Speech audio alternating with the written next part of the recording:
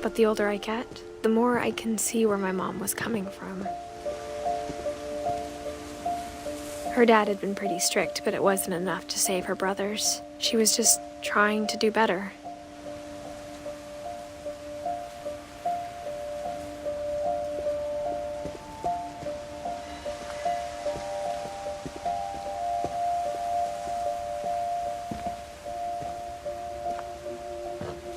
She lost 2 of her brothers, just like I did. I get why she tried so hard to protect us.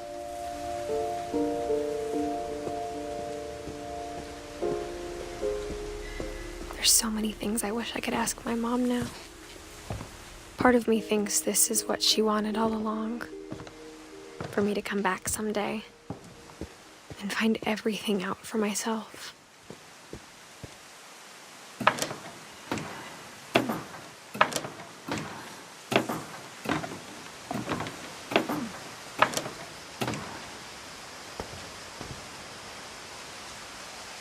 But looking back on it now, if she told me there was going to be so much climbing, I never would have come when I was 22 weeks pregnant.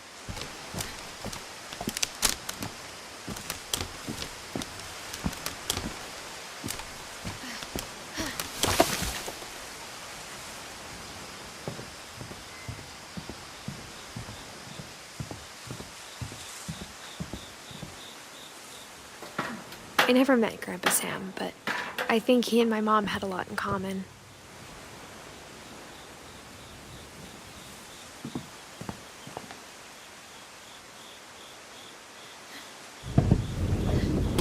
They were both pretty intense.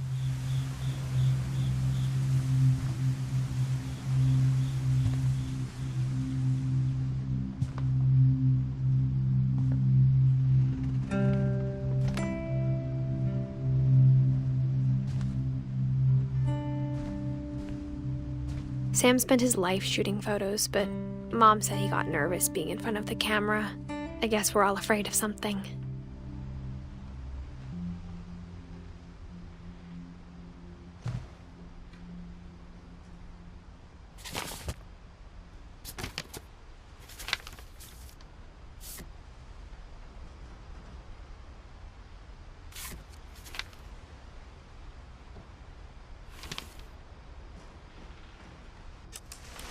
Dawn, I promise, you'll never forget this weekend. Yes, sir. These memories are gonna last a lifetime. Am I gonna have to shoot anything? It's a hunting trip, Dawn. Shooting is strongly encouraged. Perfect. It's gonna rain the whole weekend, isn't it?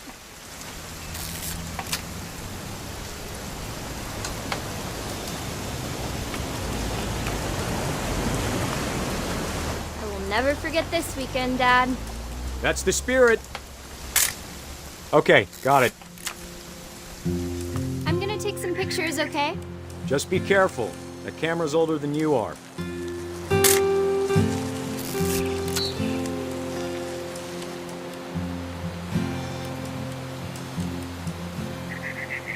You're right, Dad. It's starting to clear up. Still freezing, though.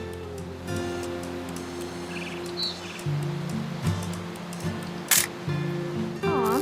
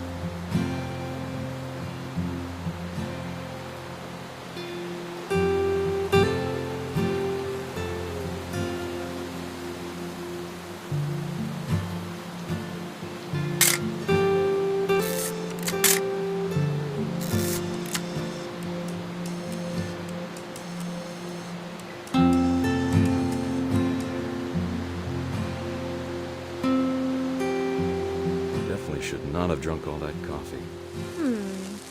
Hold still while I take a picture of you. I definitely won't be moving. Are you done yet? Hey! That's a keeper. Nothing quite like being outside. I'm just saying, I'm not always gonna be here, Dawn. You'll need to remember this stuff, if you want to survive. I'll be fine, Dad. You know who else thought he was gonna be fine? Some guy who died. Dawn, I'm being serious. I know, Dad. You're always serious. Doesn't being out here make you want to chill out? Well, to tell you the truth, I haven't been out here in 20 years.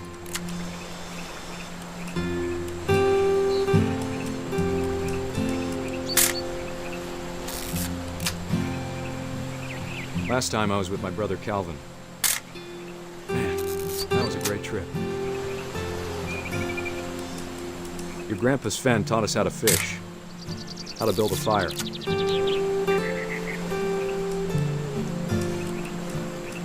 Dad! Good eyes, Dawn.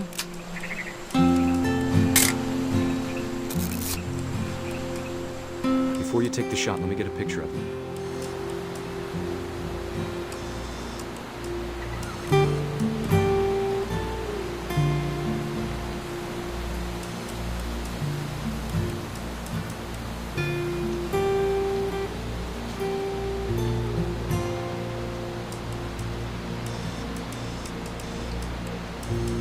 Dad, Let me get behind you. do I have to do this? Dawn, you don't have to do anything. But if you want to survive... Great shot, Dawn!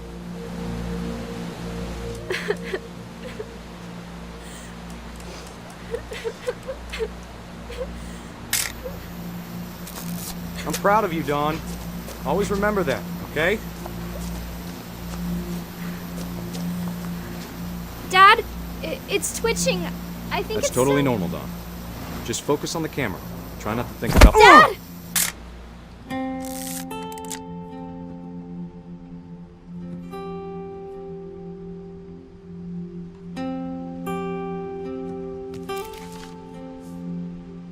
Of all these stories, that's the one I wish most that my mom had told me.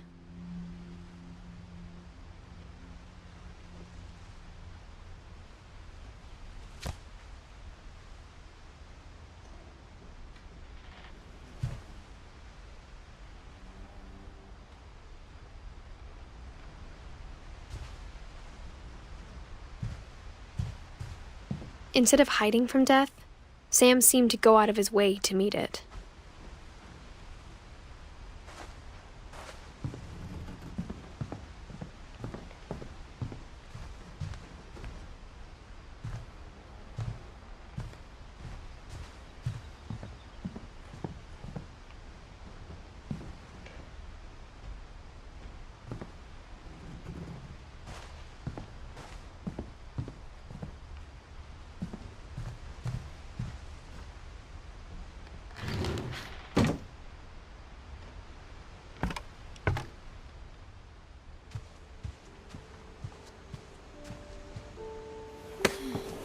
After Sam died, my mom and Edie got really close. They'd both lost a lot.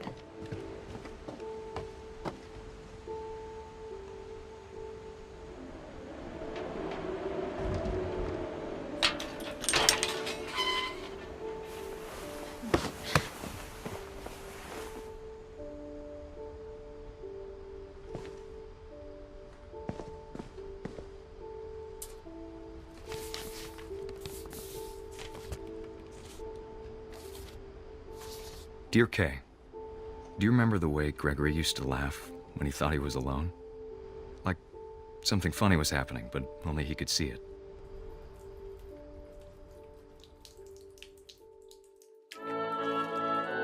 I think he saw things the rest of us don't.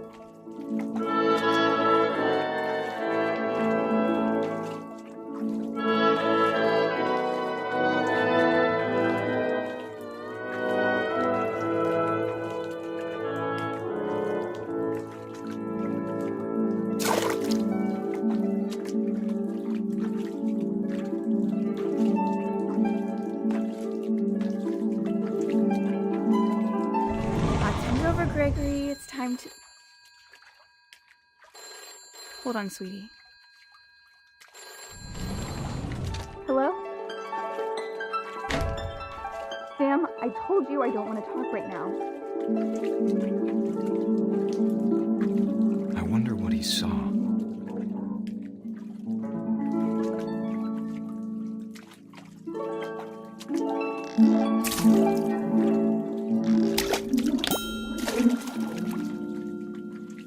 What his world was like. He reminded me so much of Calvin. Lost in his imagination. Whatever it was he saw.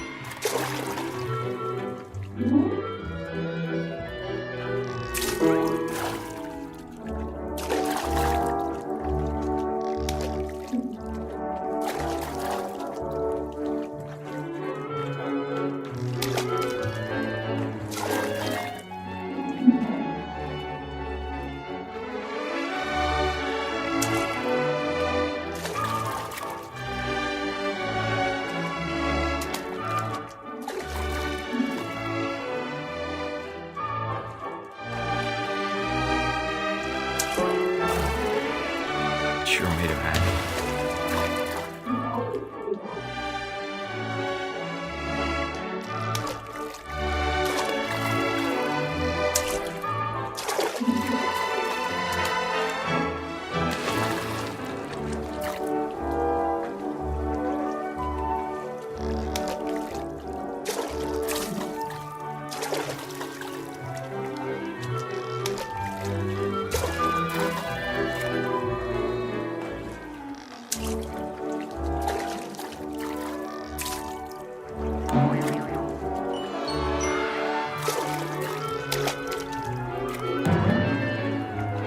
Silly it sounds.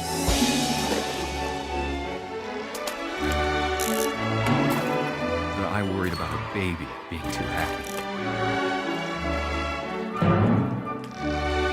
But I could feel him slipping away. Sorry about that, Gregory. I know you did everything you could.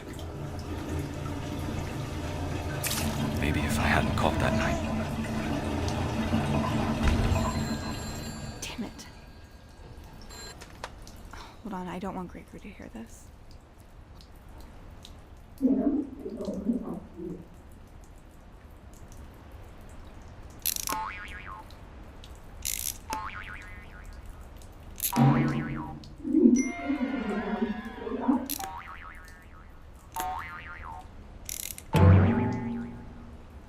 she could have told us about the world he saw.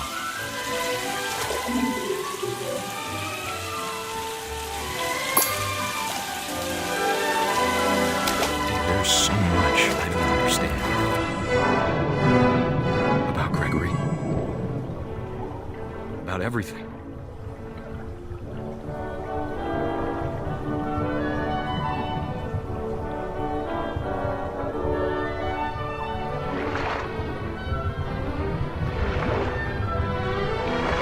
What happened wasn't my fault.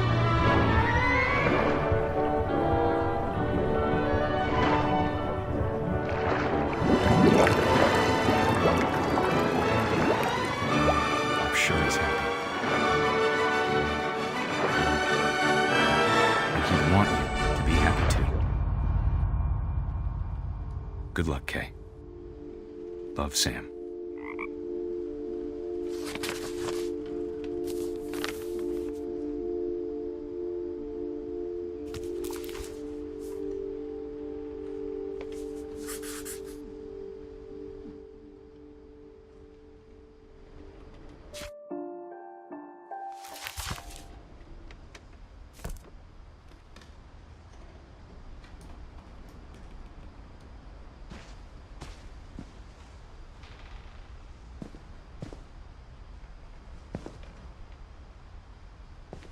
I can't imagine my mom ever writing poetry, and yet... A poem for Gus, who always said the wedding was a bad idea. Our father never hit us kids, at least not very hard, before the day my brother said with teenage disregard that he'd be dead before he'd see a wedding in our yard.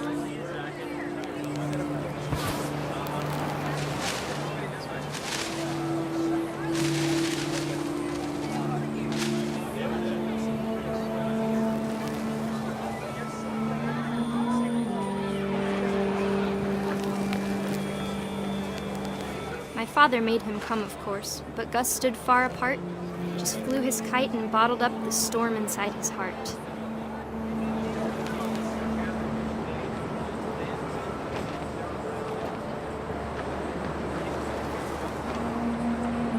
I tried to talk him out of it, but though he'd never met her, "We don't need a stepmom," were the words that I now pronounce you husband and wife. You may kiss the bride.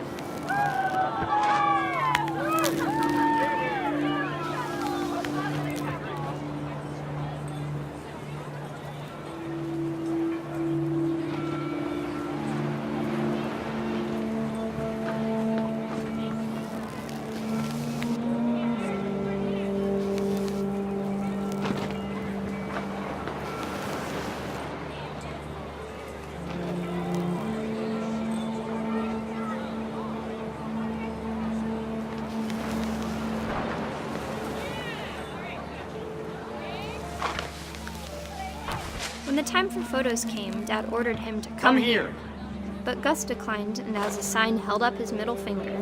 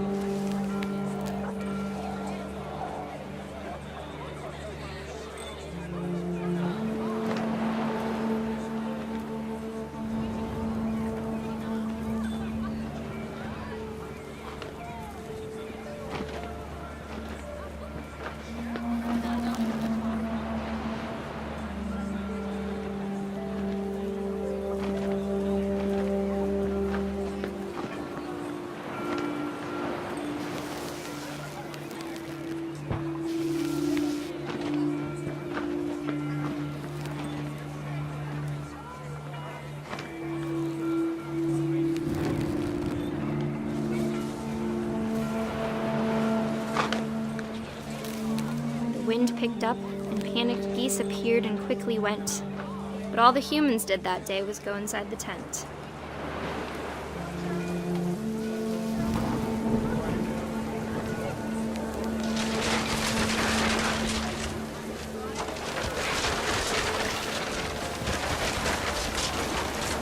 The rain came down in buckets then, but no one seemed afraid that nature might destroy the tent our dad had crudely made.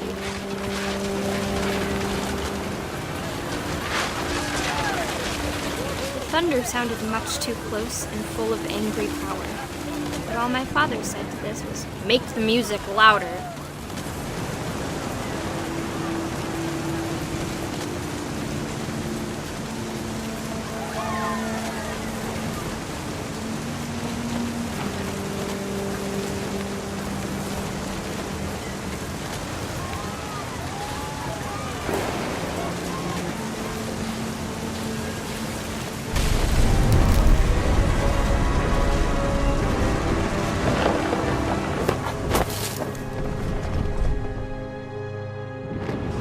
I wish that I could truly say I thought about you on that day. Out there on the beach alone, just you, the wind, the sea, and foam. But I didn't, until we found you.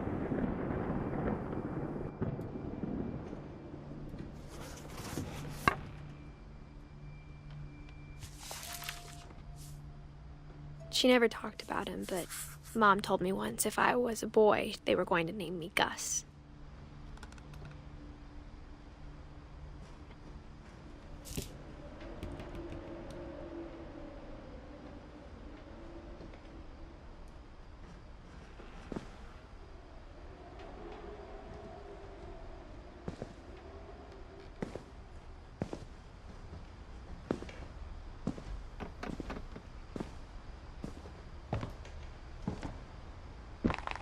My mom moved up to the loft after her brothers died.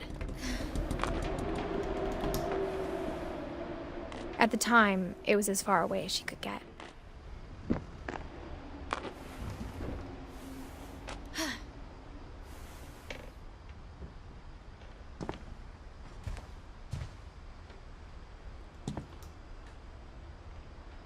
She spent a summer building houses in Calcutta, where she met my dad, Sanjay.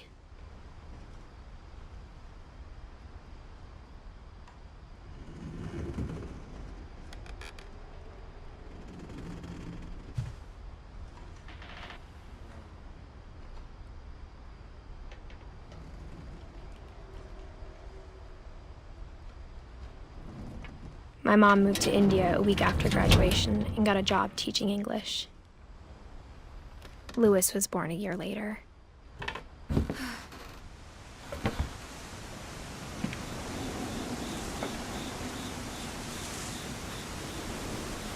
When my dad died, I don't think Mom knew where else to go. I'm sure Edie was happy to have her back.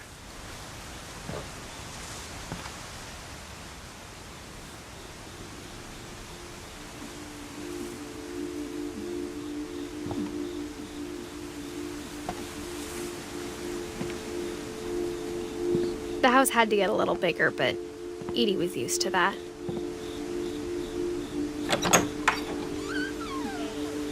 And for a while, things were good. Almost normal.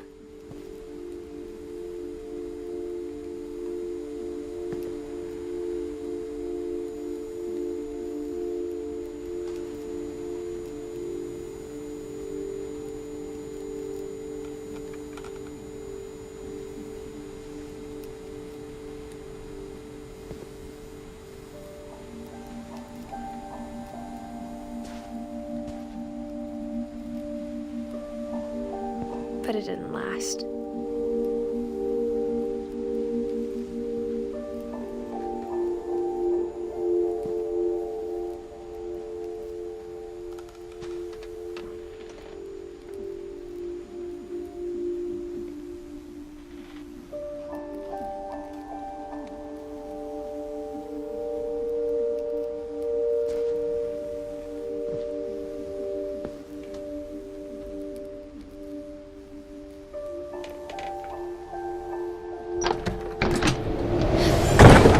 The beginning of the end was Milton's 10th birthday, when Edie gave him a castle.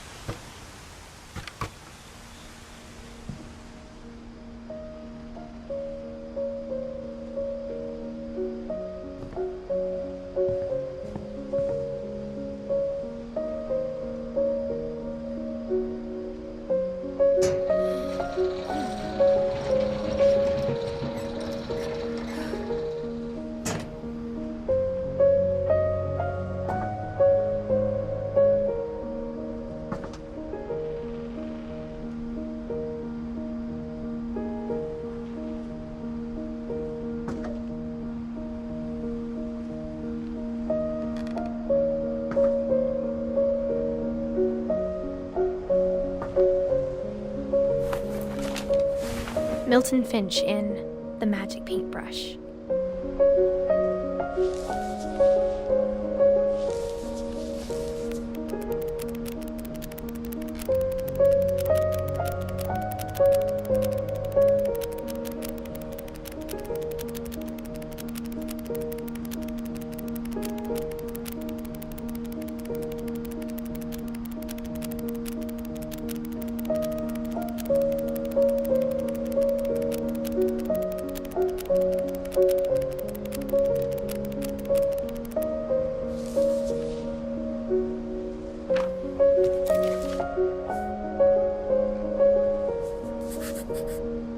I was 4 when Milton disappeared.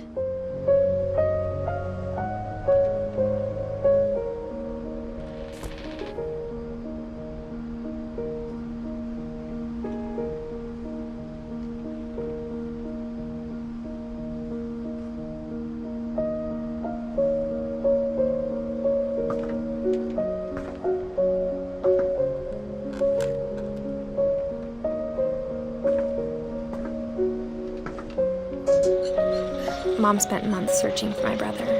Then she sealed the doors.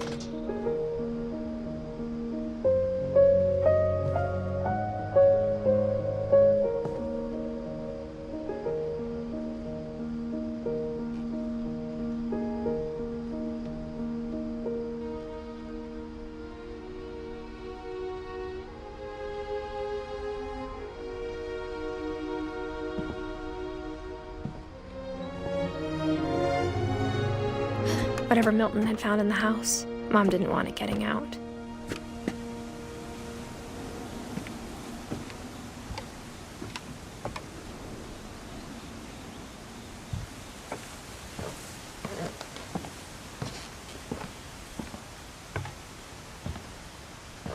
Mom definitely blamed Edie, but I think Louis blamed himself. After he graduated, he just spent more and more time in his room. Until Mom got him a job at the cannery.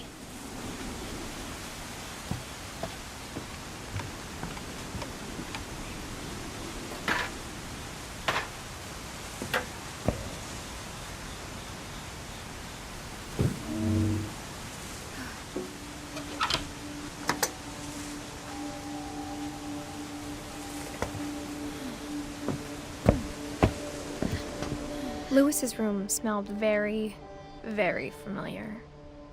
That part of him lived on.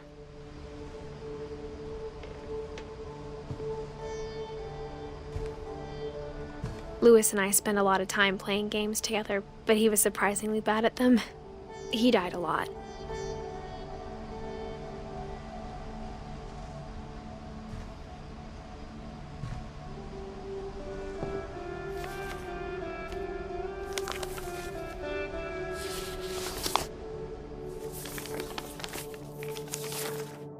Dear Mrs. Finch, as Louis's psychiatrist, I can understand your desire for an explanation.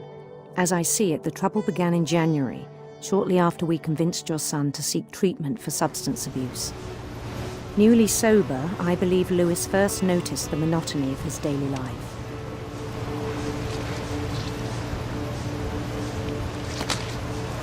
He kept working at the cannery, but he withdrew part of himself.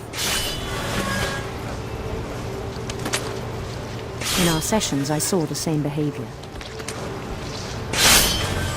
His mind began to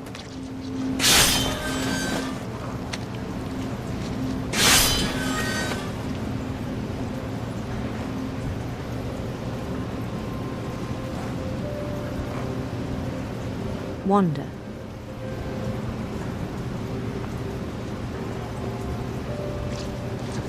I asked him to describe it.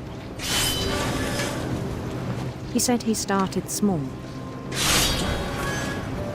imagining a labyrinth.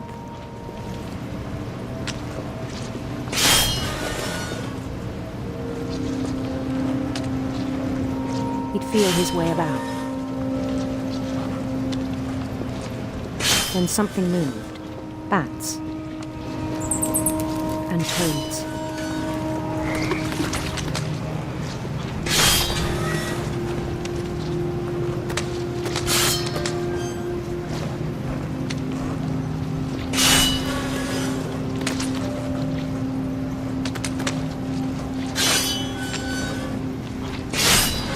and things that have not names. He knew it was all in his head.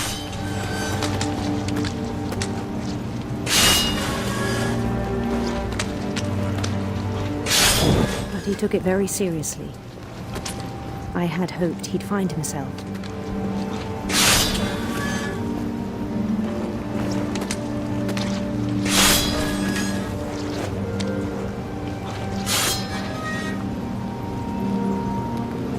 But he found something more. I worried about him then. Daydreaming at the cannery.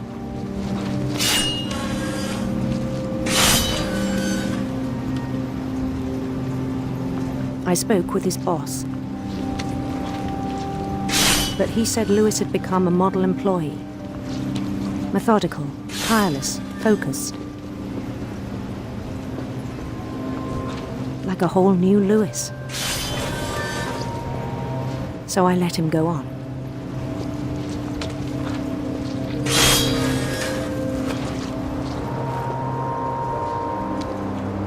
I even encouraged him. It seemed very promising at first. He told me he'd made a new friend.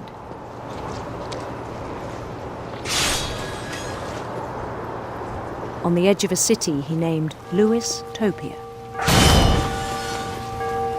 He built the city up slowly, brick by brick. Then he made musicians.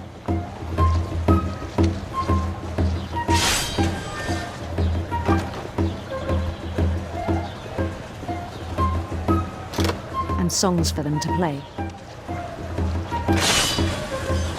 He talked about starting a band. And he was always humming something. Every day his imagination grew stronger.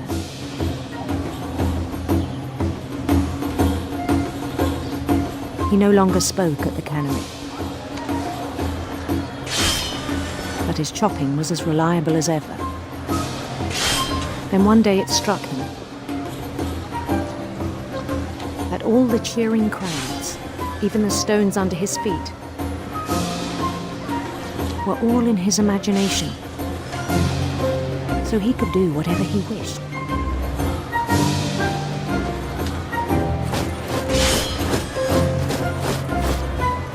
He held an election for mayor, and he won.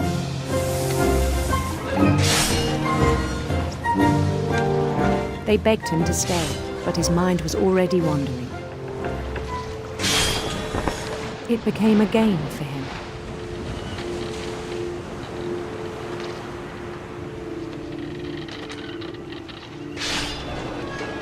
He'd conquer a city, then immediately push on. New Louisville.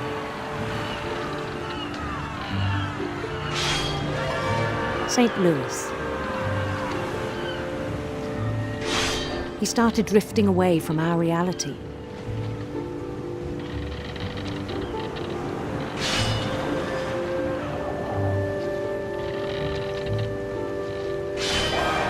Minneapolis, until one day he forgot to go home from the cannery.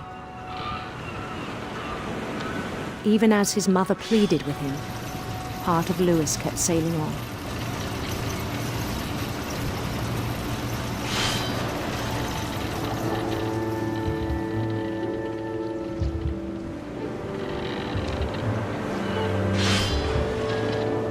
In Lewisburg, he heard rumors of a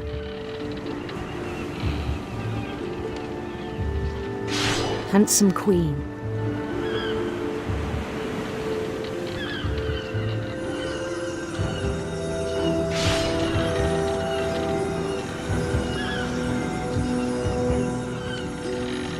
The queen was on her own quest for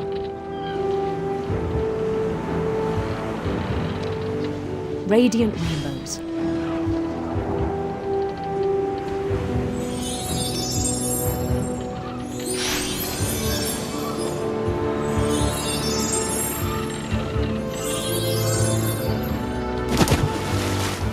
followed the sound of her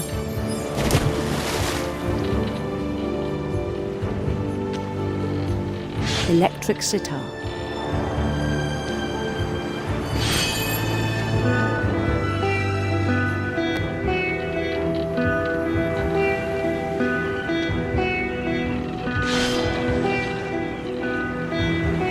His chase led him to a golden palace east of the sun and west of the moon. Even then, his logic remained sound.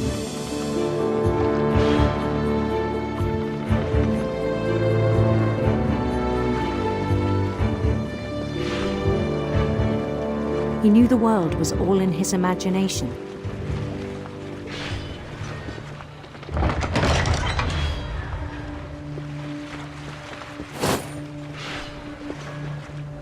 But he was so proud of having created it.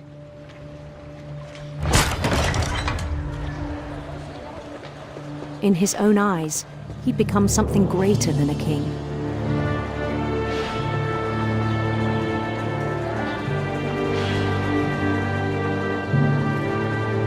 For someone who'd never known success in the real world, I think it was overwhelming. And then it struck him that the real Lewis was not the one chopping salmon, but the one climbing the steps of a golden palace.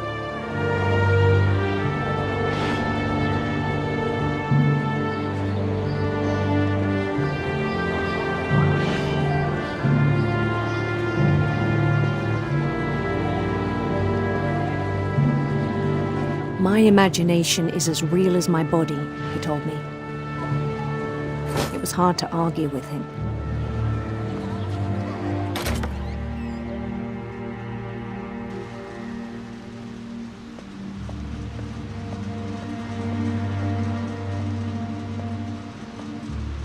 He began to forget the world we know.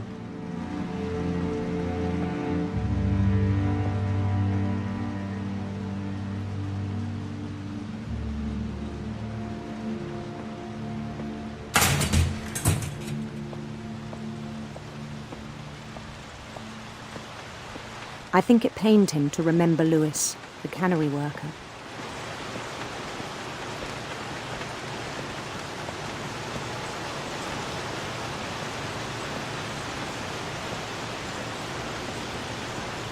He began to despise the man with a royal contempt.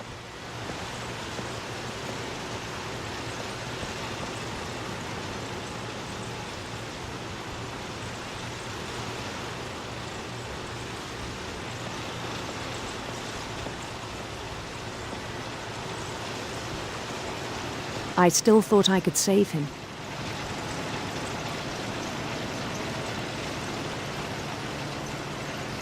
Even after he said he was being crowned king over all the lands of wonder.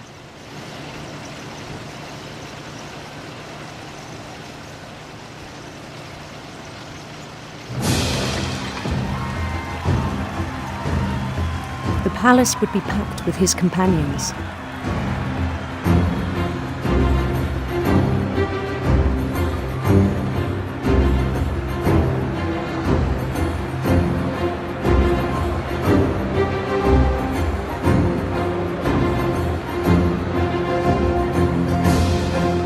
Including the wise Calico who'd insisted on advising him.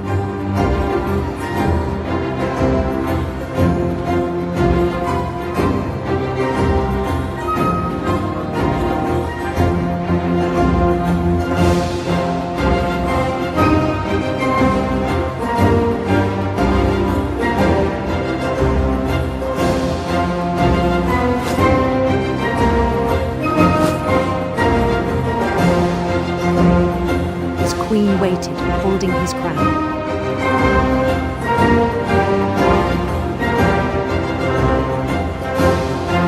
There was only one thing left to do.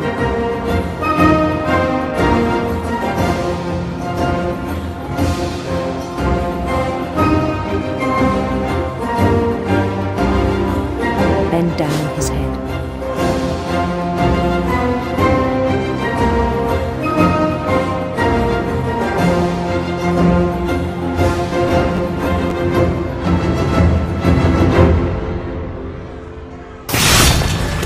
rest I think you know. Mrs. Finch, your son was a kind man who will be missed by all of us who knew him.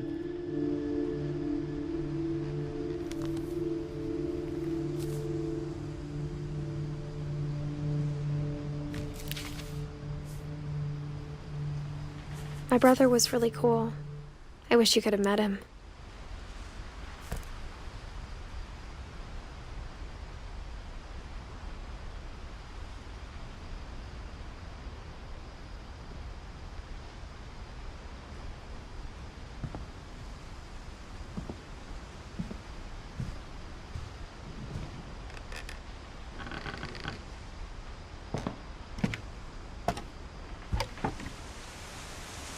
On the way back from Lewis's funeral, my mom told me to start packing.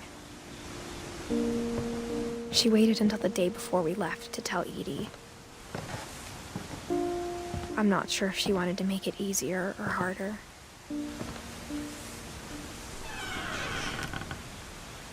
I wish we'd stayed.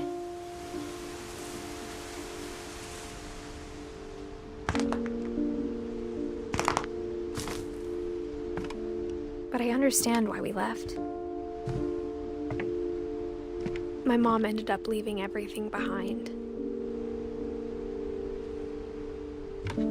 What happened that night had been coming for a long time.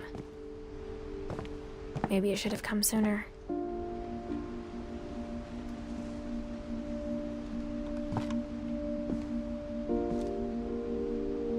But it had to end one way or another. All that's left now is to tell you about that last night.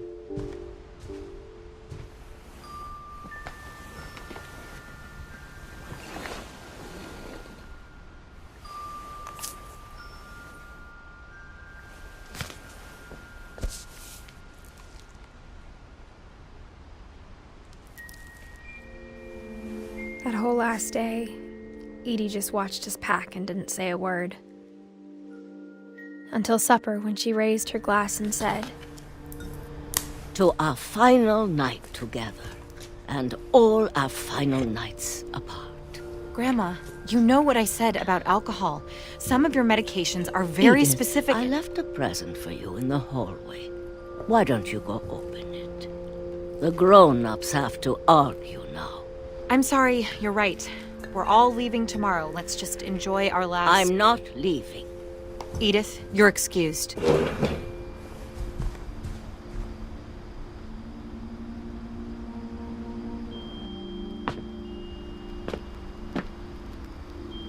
The power had been shut off that morning, but Edie always had plenty of candles. When my mom sealed the library, I don't think she knew about the other entrance. Or that Edie had a key to it.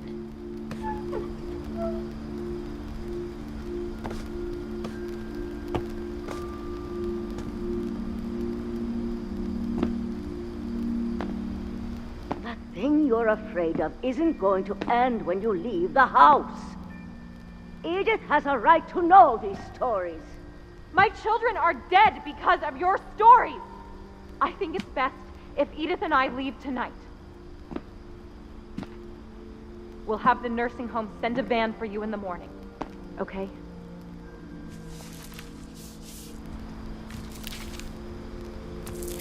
Dear Edith, there's so many stories I wish I could tell you, but there's only time for one. This is about what happened on the night you were born. That night, the tide went way, way out. It was the first and last time I ever saw the old house aground. There'd been an earthquake out in the middle of the ocean. They called it the lowest tide in 1,000 years.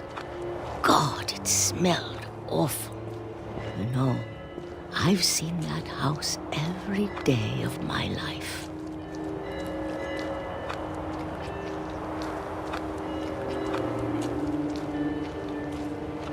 I never thought I'd go back to it. When the fog rolled in, I lost my way.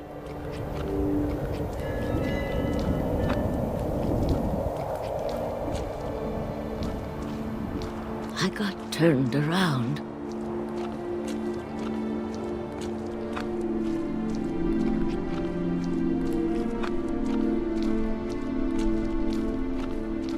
For a while, I wondered.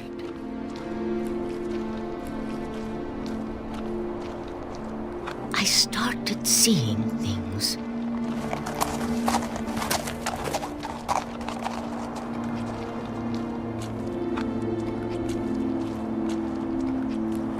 Things I'd forgotten had ever existed.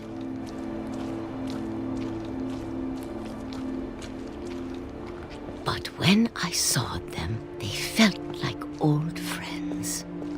That night, a lot of things came back to me. Or maybe I came back to them.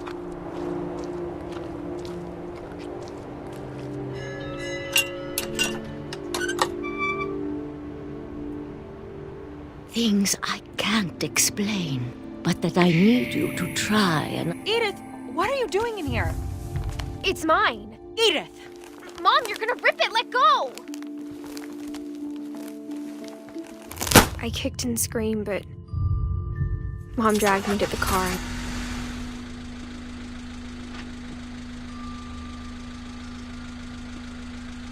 I never saw Great-Grandma Edie again. The next morning, the band came to pick her up, but she was already gone.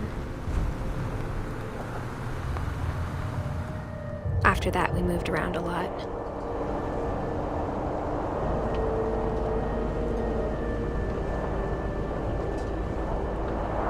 We both tried to make the best of it.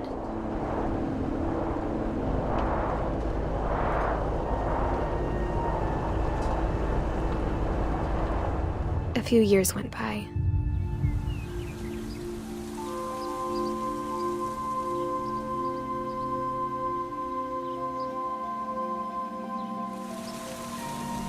My mom didn't like to talk about it. But she started getting sick a lot. The rest happened pretty quickly.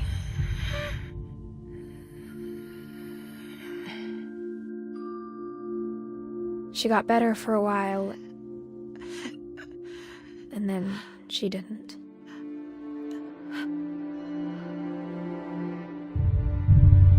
And then I was alone.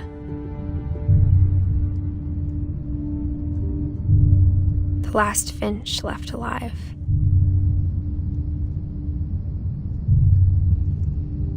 Until I found out about you. I'm still not sure what to tell you about all this. If we lived forever, maybe we'd have time to understand things. But as it is, I think the best we can do is try to open our eyes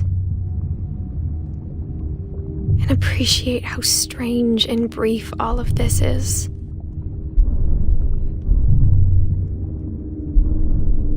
This journal was supposed to be for you. But now I hope you'll never see it. I just want to meet you and tell you all these stories myself. But I guess if you're reading this now, things didn't work out that way.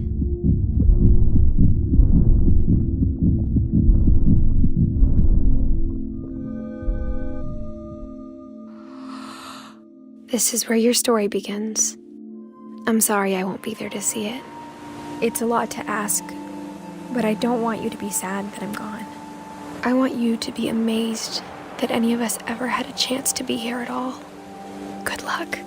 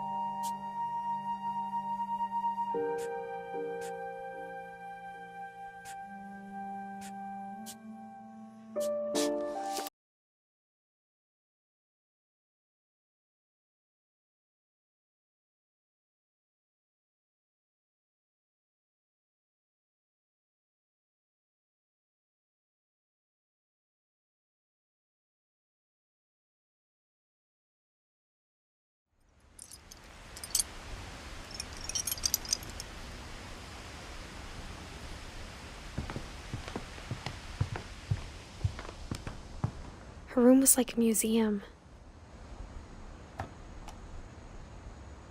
For 500 years, the Finches have been famous throughout Norway for their fortune and misfortune.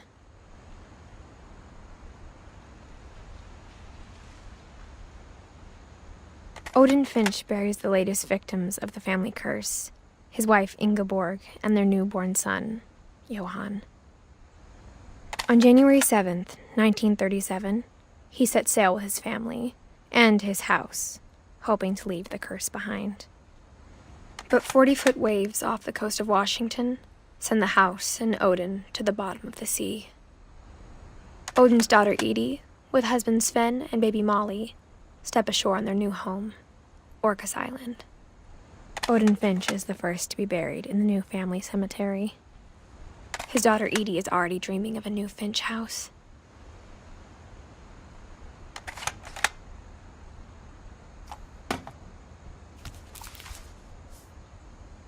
Whatever's wrong with this family, it goes back a long ways.